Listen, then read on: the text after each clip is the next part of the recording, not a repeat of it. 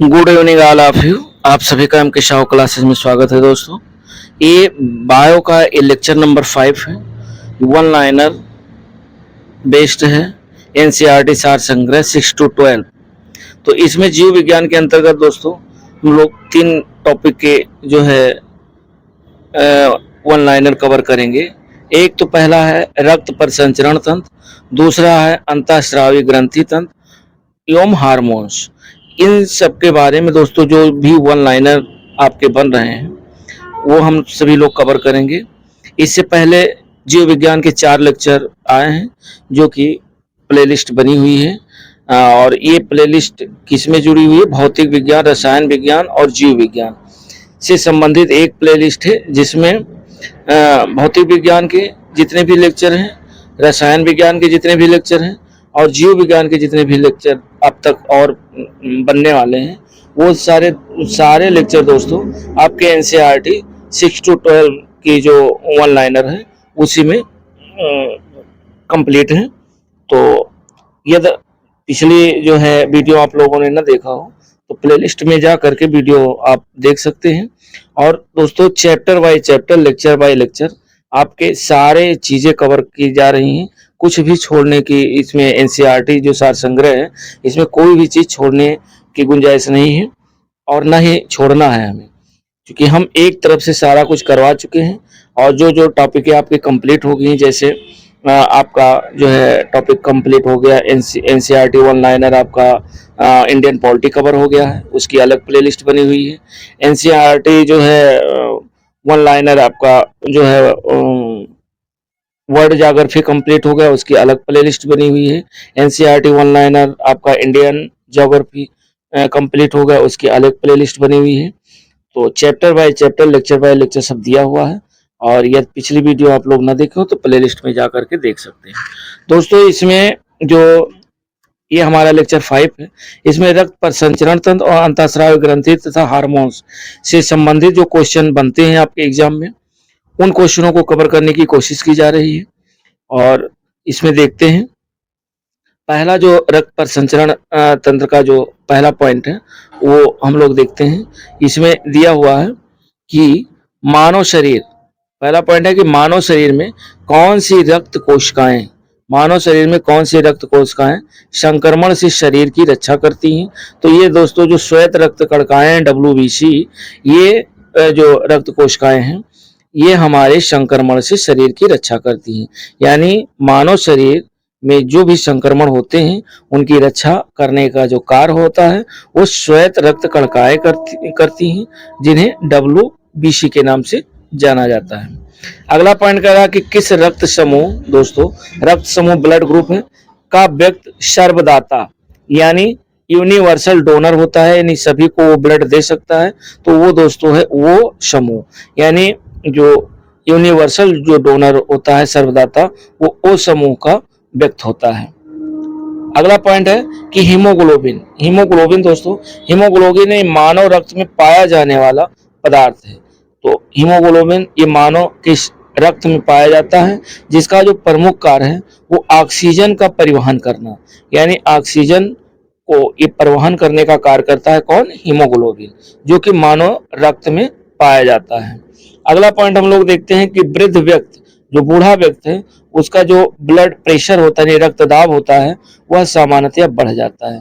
यानी जो जो वो वृद्ध होता जाता है उसका जो बीपी होता है वो दोस्तों हाई होता जाता है।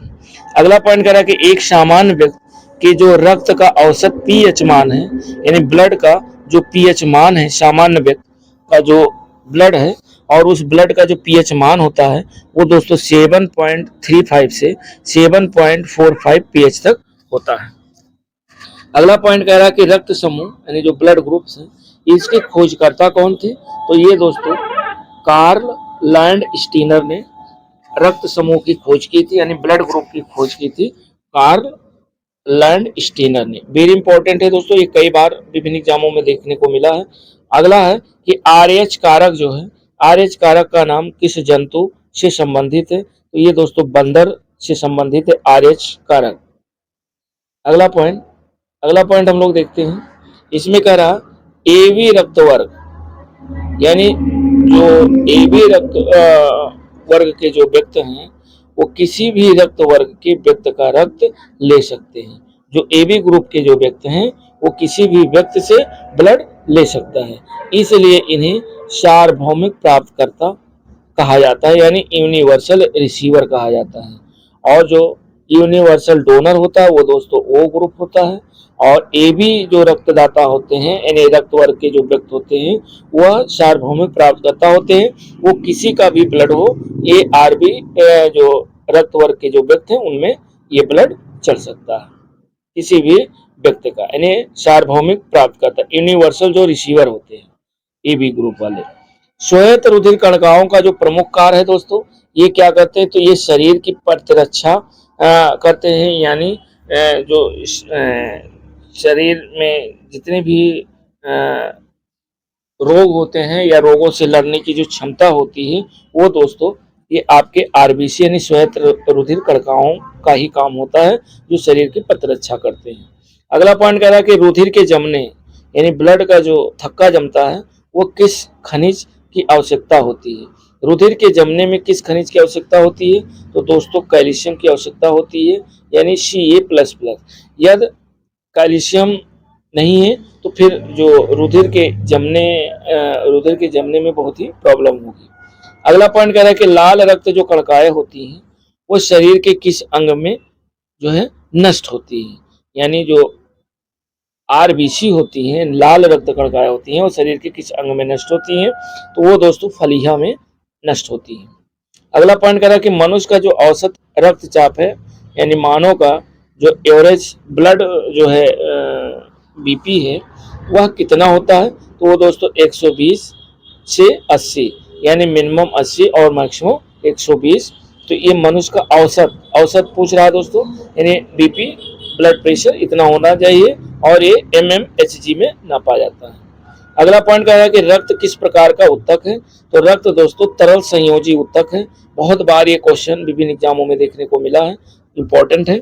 अगला पॉइंट है कि यदि एक पिता का रक्त वर्ग A है और माता का रक्त वर्ग O है, यानी पिता का जो ब्लड ग्रुप है वो A है और माता का जो है जो ब्लड ग्रुप है वो O है, तो जो उनकी संतानें होंगी वो संतान रक्त वर्ग का कौन सा होगा, यानी उनकी संतान किस रक्त वर्ग का होगा, तो वो दोस्तों जो होगा वो A अथवा O दोनों ग्रुप का हो सकता है, या तो A का होगा या O का होगा।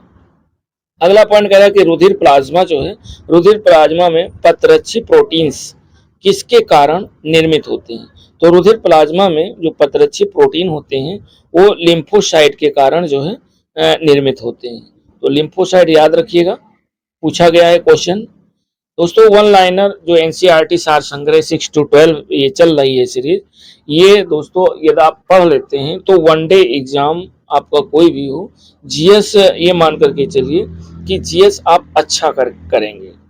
अगला पॉइंट कह रहा है कि दिल का दौरा पड़ने पर, यानी जो हार्ट अटैक होता है, दिल का दौरा पड़ने पर पड़ने के पहले घंटे को किस नाम से जाना जाता है, तो जो दिल का दौरा पड़ता है और पड़ने के जो पहला घंटा होता है उसको गोल्डन आवर के नाम से जाना जाता है, गोल्डन आवर। अगला पॉइंट कह रहा है कि मनुष्य के शरीर में जो रक्त का दाब है, यानी रक्त का दाब है वो कितना होता है, तो वायुमंडलीय दाब से दोस्तों अधिक होता है, यानी BP जो होता है मनुष्य के शरीर का जो ब्लड प्रेशर होता है वो वायुमंडलीय दाब से अधिक होता है। तो ये आप ध्यान रखिएगा। और इसी का दूसरा पार्ट हम लोग देखते हैं आगे। कह रहा कि रुधिर में जो श्वेत रक्त कणिकाओं की अत्यधिक मात्रा में उपस्थिति को किस रोग के नाम से जाना जाता है, यानी रुधिर में जो श्वेत रक्त कणिकाएं हैं उनकी अधिकता यदि हो जाती है तो उससे कौन सा रोग हो जाएगा, तो उससे दोस्तों ल्यूकेमिया अथवा रक्त कैंसर, जिसे ब्लड कैंसर के नाम से जानते हैं, तो ल्यूकेमिया अथवा रक्त कैंसर हो जाता है। कभी कभी ल्यूकेमिया कई बार पूछा गया है, और कई बार मान लीजिए ब्लड कैंसर रक्त कैंसर नहीं दिया हुआ, अगर ल्यूकेमिया दिया हुआ है तो ये ध्यान रखिएगा कि ये दोनों का मतलब एक ही है, और कई बार ल्यूकेमिया दिया रहता है तो लोग कंफ्यूज हो जाते हैं, ये ब्लड कैंसर का ही दूसरा नाम है। अगला कह रहा है कि इंसुलिन नामक जो हार्मोन्स है इसका मुख्य कार्य क्या होता है, तो ये होता है दोस्तों रक्त में शर्करा की मात्रा का नियंत्रण करना होता है, यानी जो ब्लड में जो शुगर है उसकी मात्रा को नियंत्रण करने का जो कार्य करता है वो इंसुलिन नामक जो हार्मोन से वो करता है। अगला पॉइंट कह रहा है कि रक्त में जो ग्लूकोज है दोस्तों, रक्त में ग्लूकोज का स्तर किसमें व्यक्त किया जाता है। तो जो ब्लड में ग्लूकोज होता है, ग्लूकोज का जो स्तर होता है उसको दोस्तों मिलीग्राम प्रति डेसी लीटर में व्यक्त किया जाता है। नेक्स्ट पॉइंट हम लोग देखते हैं कि रक्त का थक्का बनने के दौरान होने वाली जो अपक्रिया होती है उसको देखते हैं। देखिए thromboplastin plus prothrombin plus calcium, ये दोस्तों इससे थ्रोम्बिन का निर्माण अपक्रिया होता है। अगला है थ्रोम्बिन प्लस फाइब्रिनोजन जो होता है, इससे फाइब्रिन का निर्माण होता है। और फाइब्रिन प्लस रुधिराण जो है ये बन करके मिलते हैं, रक्त का थक्का बनाते हैं। अगला पॉइंट हम लोग देखते हैं कि जैविक जो प्रक्रिया है दोस्तों, जैविक प्रक्रिया को तेज करने में कौन सा पदार्थ उत्तरदायी होता है। तो जैविक प्रक्रिया को तेज करने में एंजाइम नामक जो पदार्थ होता है वो बहुत ही महत्वपूर्ण भूमिका अदा करता है और ये पदार्थ उत्तरदायी होता है। अगला पॉइंट हम लोग देखते हैं, और अगला पॉइंट कह रहा है कि प्रतजन जो एंटीजन है, प्रतजन एक ऐसा पदार्थ है जो प्रतिरक्षी के निर्माण को उद्दीपित करता है तथा उसकी मुख्य जो विशेषता है वो प्रतिरोधियों के निर्माण को प्रेरित भी करता है। ये भी पॉइंट ध्यान रखिएगा। अगला कह रहा है कि रक्त को हृदय तक पहुंचाने वाली जो धमनियां होती हैं दोस्तों वो क्या कहलाती हैं, यानी ब्लड को जो हृदय तक पहुंचाती हैं धमनियां, उन धमनियों को क्या कहते हैं, तो उनको हृदय धमनियां के नाम से जाना जाता है। अगला पॉइंट कह रहा है कि जो लाल रक्त कणिकाएं हैं यानी आरबीसी, ये मुख्यतः कहाँ बनती हैं। तो जो आरबीसी हैं वो दोस्तों अस्थिमज्जा में बनती हैं, यानी अस्थिमज्जा में इनका निर्माण होता है लाल रुधिर कणिकाओं का। ये भी जितने भी पॉइंट है दोस्तों बहुत इंपॉर्टेंट है, हर पॉइंट कहीं ना कहीं किसी ना किसी एग्जाम में पूछे जरूर गए हैं, ध्यान रखिएगा। अगला पॉइंट कह रहा है कि प्लाज्मा में जल का जो प्रतिशत होता है वो कितना होता है। तो प्लाज्मा में दोस्तों जल का जो रेशियो है या प्रतिशत है वो 90% जल प्लाज्मा में पाया जाता है। अगला पॉइंट कह रहा है कि स्टार्च के जल अपघटन से कौन सा जो है एंजाइम बनता है दोस्तों, यानी स्टार्च के जल अपघटन से कौन सा एंजाइम बनता है। तो ये बनता है एमाइलेज नामक एंजाइम जो है बनता है। अगला पॉइंट कह रहा है कि रक्त का थक्का बनने में फाइब्रिनोजन का फाइब्रिन में परिवर्तन क्या कहलाता है दोस्तों, अभी हम लोगों ने ऊपर देखा है, तो ये थ्रोम्बिन एंजाइम के कारण होता है।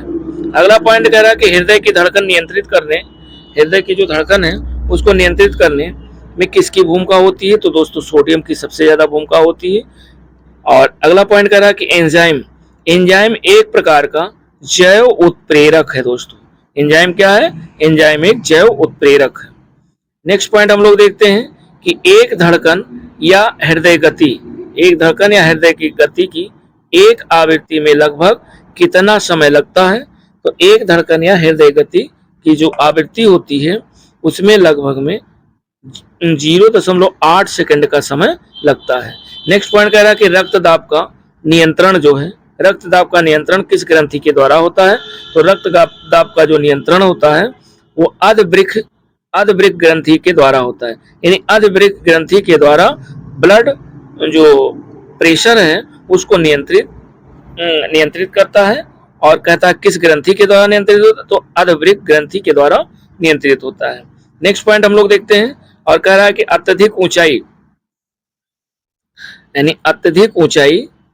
अत्यधिक ऊंचाई पर जाने पर मानव शरीर में लाल रक्त कणिकाओं की संख्या पर क्या प्रभाव पड़ता है। तो अत्यधिक ऊंचाई पर जब मानव जाता है, यानी मानव शरीर में जो लाल रक्त कणिकाएं हैं वो दोस्तों लाल रक्त कणिकाओं की संख्या में वृद्धि हो जाएगी। ज्यों-ज्यों आप ऊपर यानी अत्यधिक ऊंचाई पर जाएंगे वैसे वैसे लाल रक्त कणिकाओं की संख्या में वृद्धि होती जाएगी। नेक्स्ट पॉइंट कह रहा है कि एनीमिया जो रोग होता है ये किस पोषक पदार्थ की कमी के कारण होता है। तो एनीमिया रोग दोस्तों फोलिक एसिड पोषक पदार्थ है उसकी कमी के कारण होता है। तो फोलिक एसिड की कमी से एनीमिया रोग दोस्तों होता है। अगला पॉइंट कह रहा है कि मानव शरीर की सबसे जो लंबी शिरा होती है वो कौन सी है। तो मानव शरीर की सबसे लंबी शिरा ग्रेट सैम्फिनस शिरा है जो कि पैर में उपस्थित होती है। कहाँ उपस्थित होती है? पैर में। और एक शिरा का क्या नाम है? तो ग्रेट सैफिनस शिरा है। अगला पॉइंट हम लोग देखते हैं, और अगला पॉइंट कह रहा है कि जो श्वेत रक्त कणिकाएं हैं की संख्या कितनी संख्या होने पर रक्त कैंसर होता है। यानी जो श्वेत रक्त कणों की संख्या कितनी हो जाए तो ब्लड कैंसर होता है। तो दोस्तों 12,000 शीशी यदि हो जाता है तो ब्लड कैंसर होता है। भी ध्यान रखिए, रक्त दाब जो ब्लड प्रेशर है के उपचार में किस पौधे का प्रयोग किया जाता है?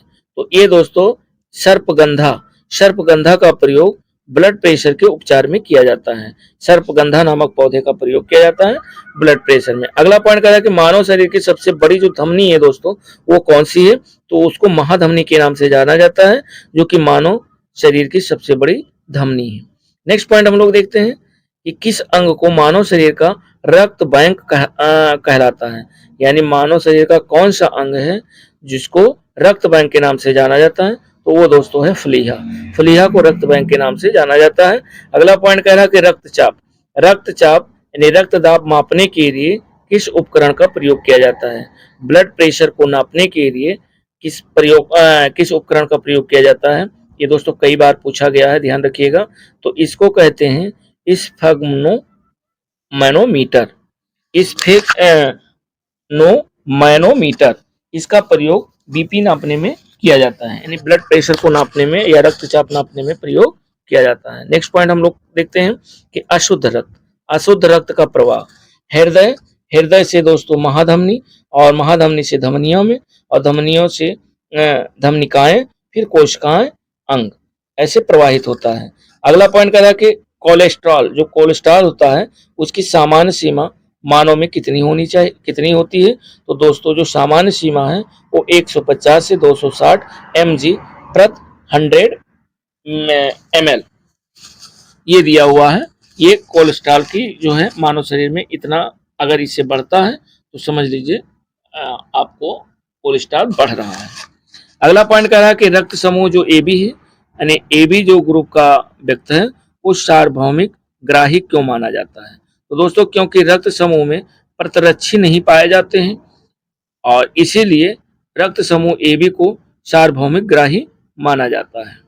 नेक्स्ट पॉइंट हम लोग देखते हैं, और कह रहा है कि प्रतिरक्षी एंटीबॉडी क्या है? तो एंटीबॉडी क्या है? ये दोस्तों ग्लाइकोप्रोटीन एक प्रतिरक्षी जो कि एंटीबॉडी है। अगला पॉइंट कह रहा है कि स्किल सेल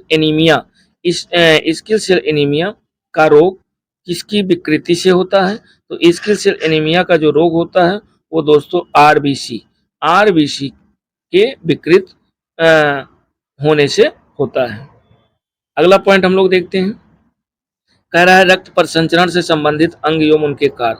हृदय जो रक्त परिसंचरण तंत्र से संबंधित अंग एवं उनके कार्य, तो इसमें हृदय है। हृदय का काम होता है रक्त को संपूर्ण शरीर में प्रवाहित करना। धमनियों का कार्य होता है दोस्तों रक्त को हृदय के अंगों तक पहुंचाने का, और शिराओं का कार्य होता है रक्त को शरीर से हृदय तक पहुंचाने का कार्य करते हैं शिराएं। कोशिकाएं जो होती हैं वो धमनी तथा शिरा के रक्त का सम्मिलन करती हैं। और नेक्स्ट पॉइंट हम लोग देखते हैं, अगला पॉइंट कह रहा है कि रिसर्पिन नामक औषधि, रिसर्पिन एक औषधि है, नामक औषधि का प्रयोग किस लिए किया जाता है? तो रिसर्पिन नामक औषधि का प्रयोग दोस्तों उच्च रक्तदाब को कम करने के लिए, यानी हाई ब्लड प्रेशर को कम करने के लिए जो है रिसर्पिन नामक औषधि का प्रयोग किया जाता है। अगला पॉइंट करा कि कौन सी कोशिका प्रतिरक्षी का उत्पादन करती है? तो ये दोस्तों लिम्फोसाइट जो कोशिका है वो कोशिका प्रतिरक्षी का उत्पादन करती है। तो कौन सी कोशिका प्रतिरक्षी का उत्पादन करती है? लिम्फोसाइट कोशिका प्रतिरक्षी का उत्पादन करती है। नेक्स्ट पॉइंट हम लोग देखते हैं कि रक्त में उपस्थित प्रमुख पदार्थ। रक्त में दोस्तों कौन कौन से पदार्थ उपस्थित होते हैं ये देख देते हैं। एक तो होता है रक्त प्लाज्मा, ये हल्के पीले रंग का तरल पदार्थ होता है। और फिर होता है एल्बुमिन, ये जो है ओस्मोटिक दाब स्थापित करता है। अगला है ग्लोब्यूलिन, जो ग्लोब्यूलिन है ये संक्रामक रोगों से रक्षा करता है। अगला है फाइब्रिनोजन का कार्य होता है रक्त का स्कंदन करना। तो ये दोस्तों रक्त में उपस्थित प्रमुख पदार्थ हैं। आगे हम लोग देखते हैं, अगला कह रहा है कि कणका विहीन, कणका विहीन जो रक्त का तरल भाग क्या कहलाता है? तो कणका विहीन रक्त का जो तरल भाग है वो दोस्तों प्लाज्मा के नाम से जाना जाता है, इंपॉर्टेंट है। और अगला पॉइंट कह रहा है कि यदि दोनों जनकों, यानी दोनों जनकों मतलब पेरेंट्स, माता पिता का रुधिर वर्ग ए बी है, यानी माँ बाप दोनों लोगों का यदि ब्लड ग्रुप ए बी है तो उनके बच्चों का जो संभावित रुधिर वर्ग होगा वो दोस्तों ए भी हो सकता है, बी भी हो सकता है और ए भी हो सकता है। अगला पॉइंट कह रहा है कि स्वस्थ मनुष्य के रक्त में जो प्लेटलेट्स की संख्या होती है, यानी एक व्यक्ति स्वस्थ मनुष्य है और उसके जो रक्त में जो प्लेटलेट्स होती है उनकी संख्या सामान्यतया कितनी होनी चाहिए? तो दोस्तों 1.5 लाख से 4.5 लाख, यानी 1,50,000 से 4,50,000 के बीच होनी चाहिए स्वस्थ मानव के रक्त में। जो प्लेटलेट्स की संख्या है वो 1.5 लाख से 4.5 लाख के बीच होनी चाहिए।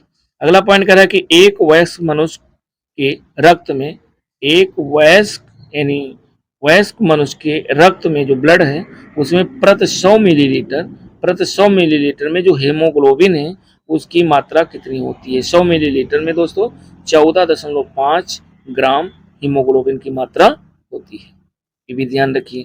अगला कह रहा है पेप्सिन, पेप्सिन दोस्तों कई बार पूछा गया, पीसीएस में भी पूछा गया, आरओआरओ में भी पूछा गया।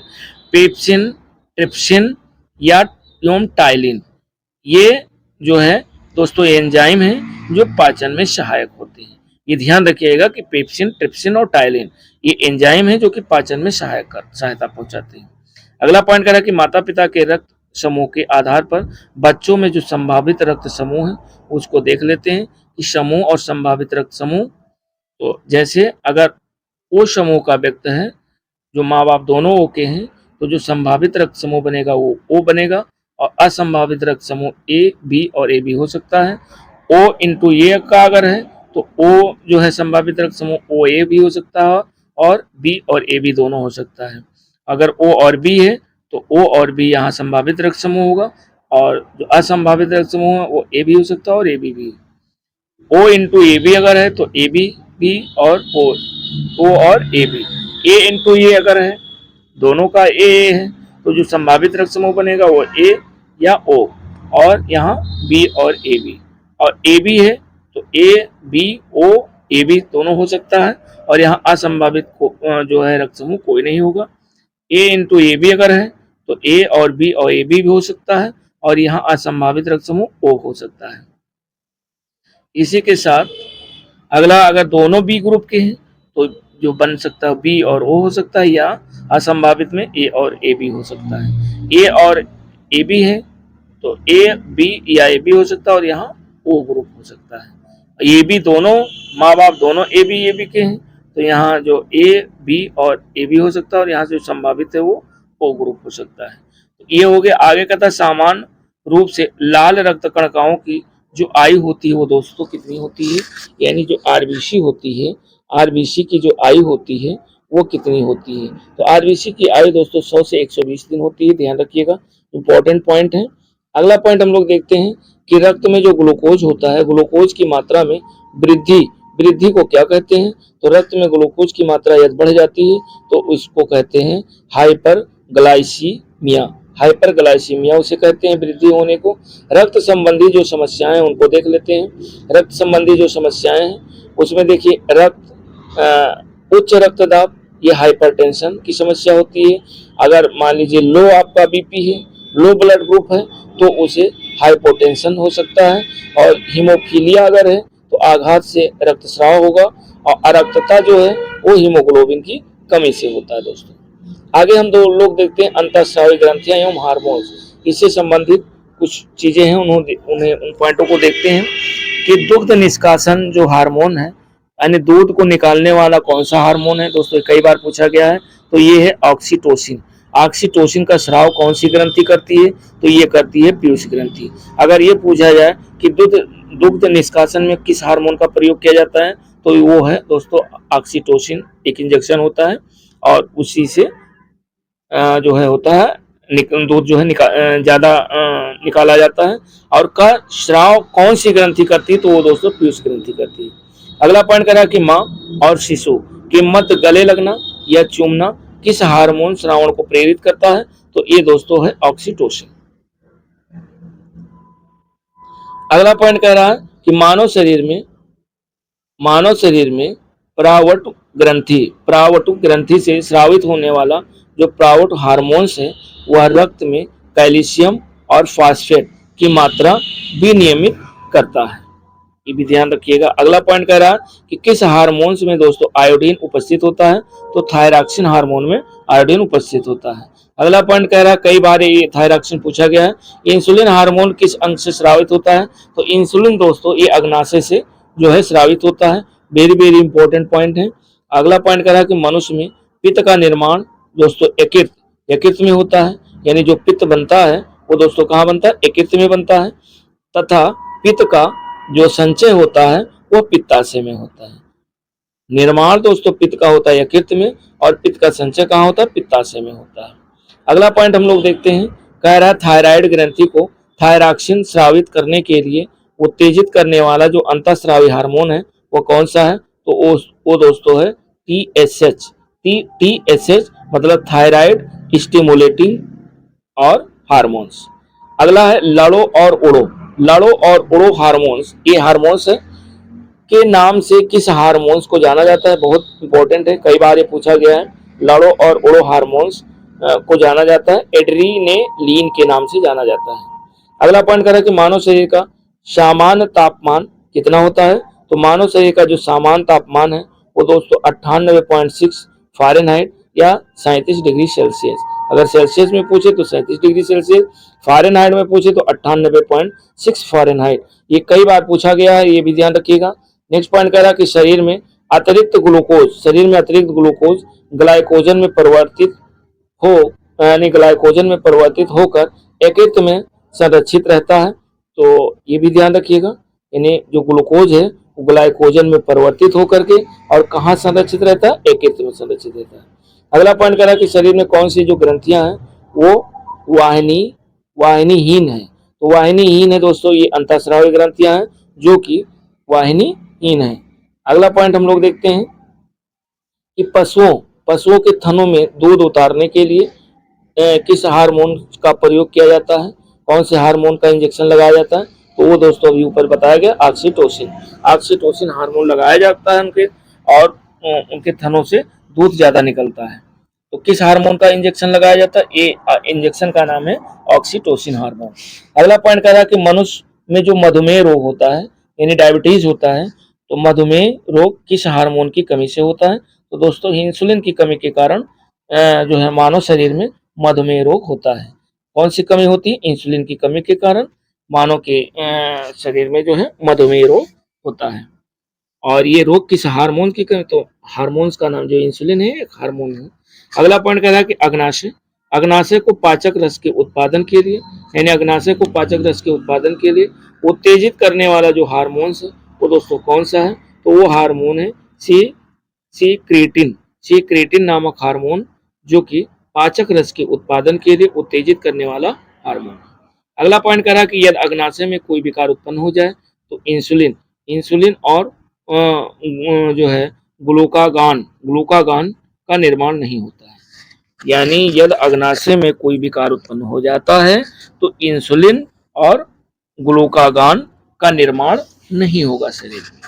अगला पॉइंट कह रहा है कि कौन सी ग्रंथि है जो वृद्धि हार्मोन का रिसाव करती है, कौन सी ग्रंथि वृद्धि हार्मोन का रिसाव करती है, तो वो दोस्तों करती है पीयूष ग्रंथि, वृद्धि हार्मोन्स का रिसाव करती है।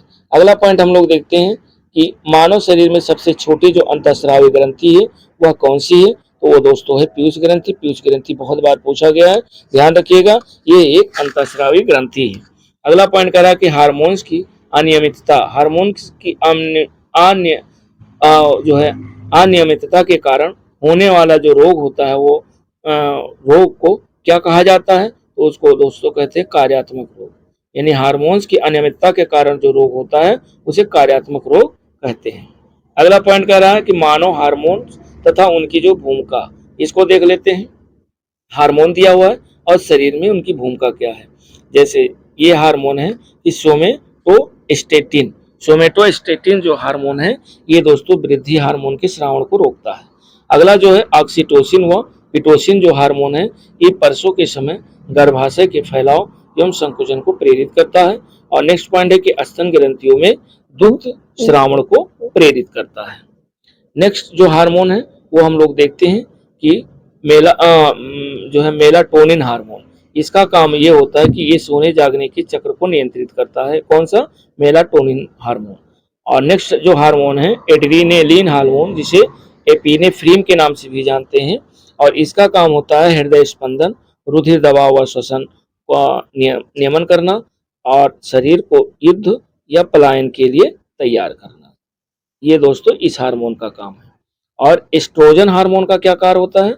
ये स्त्रियों में सहायक प्रजनन अंगों की वृद्धि व विकास करना, स्त्रियों में द्वितीय लैंगिक लक्षणों का विकास करना, ये कार्य करता है एस्ट्रोजन। प्रोजेस्टेरॉन जो हार्मोन है इसका कार्य होता है कि गर्भाशय को भ्रूण के अधरोपण के लिए तैयार करता है तथा गर्भाशय बनाए रखने में सहायक होता है। कौन सा हार्मोन है? Progesterone hormone.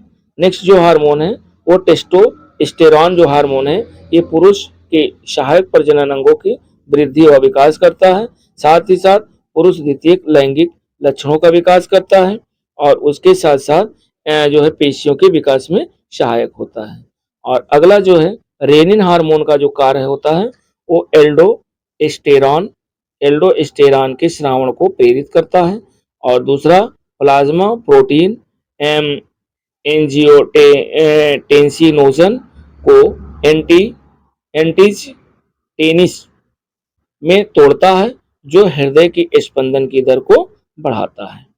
तो ये काम था रेनिन हार्मोन का। अगला हम लोग देखते हैं कि किस ग्रंथि को मास्टर ग्रंथि, वेरी वेरी इंपॉर्टेंट है, कई बार ये मास्टर ग्रंथि पूछा गया है। किस ग्रंथि को मास्टर ग्रंथि के नाम से जाना जाता है? तो दोस्तों पीयूष ग्रंथि को। अगला है बायसोप्रोसिन। बायसोप्रोसिन जो हार्मोन है इसकी कमी से कौन सा रोग होता है? तो ये दोस्तों होता है डाईयूरेसिस। डाईयूरेसिस जो रोग होता है वो बायसोप्रेसिन हार्मोन की कमी के कारण होता है। अगला पॉइंट कह रहा है कि स्तनधारियों में जो दुग्ध का स्राव होता है वो किस हार्मोन के उत्तेजित करने कौन से हार्मोन उत्तेजित करते हैं? तो वो दोस्तों ऑक्सीटोसिन एवं प्रोलैक्टिन जो हार्मोन्स हैं ये दुग्ध स्राव को जो है उत्तेजित करते हैं। अगला जो पॉइंट है वो हम लोग देखते हैं। अगला पॉइंट कह रहा है कि पैरोटिड ग्रंथि ये कहाँ पाई जाती है? पैरोटिड ग्रंथि दोस्तों ये कान के नीचे पाई जाती है। नेक्स्ट पॉइंट कह रहा है कि मानव शरीर में सबसे बड़ी जो अंतःस्रावी ग्रंथि है वो कौन सी है? तो वो दोस्तों है थायराइड ग्रंथि। ये मानव शरीर की सबसे जो है बड़ी अंतःस्रावी ग्रंथि है थायराइड। नेक्स्ट पॉइंट थाइमस ग्रंथि। थाइमस ग्रंथि द्वारा उत्पन्न होने वाला जो हार्मोन है यानी थाइमस ग्रंथि से कौन सा हार्मोन उत्पन्न होता है? तो वो दोस्तों उत्पन्न होता है थाइमोसिन। थाइमस ग्रंथि के द्वारा उत्पन्न होने वाला जो हार्मोन है वो थाइमोसिन है। अगला है कि गर्भ निरोधक जो दवाई है, गर्भ निरोधक दवा के रूप में किस हार्मोन्स की गोलियां दी जाती हैं? तो वो दोस्तों एस्ट्रोजन हार्मोन्स की गोलियां दी जाती हैं। अगला पॉइंट कह रहा है कि पीयूष ग्रंथि। पीयूष ग्रंथि किस अंग में पाई जाती है? तो ये दोस्तों मस्तिष्क में पाई जाती है। बहुत ही इंपॉर्टेंट है पीयूष ग्रंथि। और नेक्स्ट पॉइंट अगला आपका कह रहा है कि कौन सी ग्रंथि अंतः एवं बाह्य स्रावी दोनों प्रकार की होती है? तो अग्नाशय जो ग्रंथि है दोस्तों ये अंतःस्रावी भी होती है और बाह्य स्रावी भी होती है। अगला पॉइंट कह रहा है कि कौन सा वर्णक मानव की त्वचा को रंग प्रदान करता है? यानी कौन सा जो है वर्णक है जो कि मानव की त्वचा को रंग प्रदान करता है? तो ये दोस्तों है मेलानिन जो है वर्णक। अगला पॉइंट कह रहा है कि कौन सी ग्रंथि मानव शरीर के तापमान को नियंत्रित करने में सहायता प्रदान करती है? तो ये दोस्तों है थायराइड ग्रंथि। थायराइड ग्रंथि मानव शरीर के तापमान को नियंत्रित करने में सहायता प्रदान करती है। नेक्स्ट पॉइंट हम लोग देखते हैं कि ग्रंथि और हार्मोन्स। ग्रंथि और हार्मोन्स। अग्नाशय जो ग्रंथि है ये जो है ये ग्लूकागॉन ग्लूकेगान जो है हार्मोन्स का उत्पादन करती है, और पीयूष ग्रंथि से थायराइड उद्दीपक हार्मोन, और अधवृक्क ग्रंथि से जो कोर्टिसोल हार्मोन बनता है, और वृक्ष से दोस्तों विटामिन डी। अगला पॉइंट है कि मनुष्य के नवजात शिशु, मनुष्य के जो नवजात शिशु हैं वो स्तन ग्रंथि से निकले पहले स्राव को पिलाया जाता है, जिसे जो है कोलोस्ट्रम कहते हैं। क्या कहते हैं? यानी मानव के जो नवजात शिशु है उसको स्तन ग्रंथि से पहले स्राव को जो पिलाया जाता है उसे कोलोस्ट्रम कहते हैं। और कोलोस्ट्रम शिशु के लिए किस प्रकार का लाभदायक है, किस प्रकार लाभदायक है? तो ये दोस्तों, ये शिशु को रोग प्रतिरोधक शक्ति प्रदान करता है, यानी रोगों से लड़ने की क्षमता प्रदान करता है। और अगला पॉइंट कह रहा है कि इंसुलिन में कौन सी धातु दोस्तों पाई जाती है, मौजूद होती है? तो दोस्तों जस्ता मौजूद होती है, वेरी इंपॉर्टेंट पॉइंट है। और जस्ता, ये ध्यान रखिएगा कि इंसुलिन में कौन सी धातु मौजूद होती है? जस्ता। अगला पॉइंट कह रहा है कि मानव शरीर का कौन सा हार्मोन रक्त के फास्फेट व कैल्शियम को नियंत्रित करता है? तो वो दोस्तों प्रावटु जो है ये फास्फेट व कैल्शियम को नियंत्रित करता है। अगला पॉइंट कह रहा है कि हार्मोन शरीर के उपापचय, वृद्धि, जनन, रुधिर दाब और रुधिर में जल और लवण की मात्रा आदि को नियंत्रित करता है। कौन? हार्मोन। हार्मोन का काम यही होता है, उपापचय, वृद्धि, जनन, रुधिर दाब और रुधिर में जल और लवण की मात्रा आदि को नियंत्रित करते हैं। नेक्स्ट पॉइंट करा कि आयोडीन युक्त जो नमक होता है वो क्यों उपयोगी होता है? तो आयोडीन युक्त नमक जो है उपयोगी होता है क्योंकि ये थायराइड ग्रंथि का नियंत्रण करता है, थायराइड ग्रंथि को बढ़ने नहीं देता है, थायराइड ग्रंथियों पर नियंत्रण करता है। नेक्स्ट पॉइंट करा यकृत एवं मांसपेशियों, यकृत और मांसपेशियों में ऊर्जा किस रूप में जमा होती है? तो वो दोस्तों ग्लाइकोजन के रूप में यकृत में और मांसपेशियों में ऊर्जा जमा होती है। अगला पॉइंट हम लोग देखते हैं, मुख्य ग्रंथियां देख लेते हैं। मुख्य ग्रंथियों में कह रहा है कि हार्डेनियन ग्रंथियां जो हैं ये नेत्रों में स्राव द्वारा चिकनाई प्रदान करती हैं। और अगला है यूट्रिकुलर ग्रंथियां जो हैं ये कॉकरोच एवं कीटों के मादा जननांगों की ग्रंथियां हैं। और अगला है आंत ग्रंथियां जो हैं ये आकशेरुकी प्राणियों की आंतों में स्थित होती है, आकशेरुकी। अगला है जो है श्लेष्म ग्रंथियां, श्लेष्म ग्रंथियां ये मेढक की त्वचा में म्यूकस का स्राव करते हैं। और नेक्स्ट है कि ब्यूनस जो ग्रंथियां होती हैं ये कशेरुक प्राणियों की ग्रहणी में संरक्षक प्रत अम्ल का स्राव करती हैं। अगला कह रहा है कि प्रोस्टेट जो ग्रंथियां हैं ये स्तनियों तथा केचुए के नर जननांगों की सहायक ग्रंथियां कहलाती हैं। अगला पॉइंट है कि काउपर जो ग्रंथियां हैं ये स्तनियों के नर जननांगों की सहायक ग्रंथियां होती हैं। तो अब लास्ट एक पैरा बचा हुआ है, इसको भी देख लेते हैं। कह रहा है कि वाइटेलाइन ग्रंथियां, वाइटेलाइन जो ग्रंथियां हैं ये प्लेटी हेलीमथीन जो है प्राणियों के जननांगों में पाई जाती है। और अगला है फीमोरेल ग्रंथियां जो होती हैं ये सरीसृप जंतुओं की जंघाओं में पाई जाती हैं। नेक्स्ट है कि वसा ग्रंथियां कहाँ पाई जाती हैं? ये स्तनियों की त्वचा में पाई जाती हैं। अगला है श्वेत ग्रंथियां, ये स्तनियों की त्वचा में पसीने की ग्रंथियां हैं। और नेक्स्ट है कि स्वयंरेडन ग्रंथियां जो होती हैं ये दोस्तों मेढक के कशेरुक स्तंभ, मेढक के कशेरुक स्तंभ के दोनों ओर स्थित होती हैं। अगला पॉइंट कह रहा है कि स्तन जो ग्रंथियां होती हैं ये स्तनियों में दूध का स्राव करती हैं। और साथ ही साथ मेरुमिनस जो ग्रंथियां होती हैं ये स्तनियों की कर्ण गुहा से मोम के समान पदार्थ का स्राव करती है। अगला है लैक्राइमल ग्रंथियां, दोस्तों कई बार पूछा गया लैक्राइमल ग्रंथियां ये नेत्रों में उपस्थित होती हैं जिससे अश्रु निकलते हैं। अगला है डीप ग्रंथियां जो कि संयुक्त नालाकार ग्रसनलिया ग्रंथियां होती हैं जो म्यूकस श्लेष्मा स्रावित करती हैं। तो ये दोस्तों रहा हमारा ये जो है 5वां लेक्चर जीव विज्ञान का, जीव विज्ञान का ये 5वां लेक्चर था। इससे पहले के 4 लेक्चर जीव विज्ञान के हमने दिए हैं और वीडियो प्लेलिस्ट बनी हुई है, लेकिन जो प्लेलिस्ट है वो भौतिक और बायो यानी फिजिक्स केमिस्ट्री बायो की एक ही प्लेलिस्ट है जिसमें फिजिक्स और केमिस्ट्री के कंप्लीट लेक्चर कंप्लीट हो गए हैं, और बायो के इससे पहले जो है 4 लेक्चर पढ़े हुए हैं, और एक 5वां आपका उसी प्लेलिस्ट में मिल जाएगा। तो आप चाहें तो चैप्टर बाय चैप्टर पूरा एनसीईआरटी 6 to 12 एक भी टॉपिक हमने छोड़ा नहीं है। जो है प्लेलिस्ट बनी हुई है वो सब कंप्लीट है, तो आप चाहें तो जा करके वहां देख सकते हैं। और एनसीईआरटी अगर वन लाइनर आप देख लेते हैं तो आपका कोई भी एग्जाम हो, क्योंकि ज्यादातर एग्जामों में जो है आपका जीएस जरूर पूछा जा रहा है, चाहे वो बीपीएससी हो, चाहे वो आपका आरओआर हो, चाहे आपका जो है यूपीपीसीएस हो, या पेट हो, या लेखपाल हो, या जो है आपका यूपीपी हो। ये सभी एग्जामों के लिए जीएस में जितने भी चीजें हैं वो आपका सब कवर करता है। तो मिलते हैं दोस्तों अगली वीडियो के साथ, तब तक के लिए दोस्तों नमस्कार, जय हिंद। और यदि चैनल पे पहली बार है तो चैनल को लाइक शेयर और सब्सक्राइब करें, ताकि जो नेक्स्ट वीडियो डाली जाए उसका नोटिफिकेशन आपको तुरंत मिल जाए।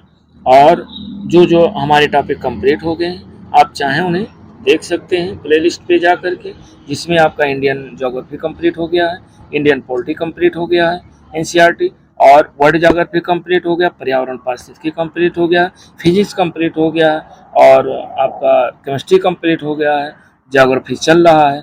इसके साथ साथ जो है घटना चक्र के जो है हम जो है एमसीक्यू दे रहे हैं, तो आप उसे भी देख सकते हैं।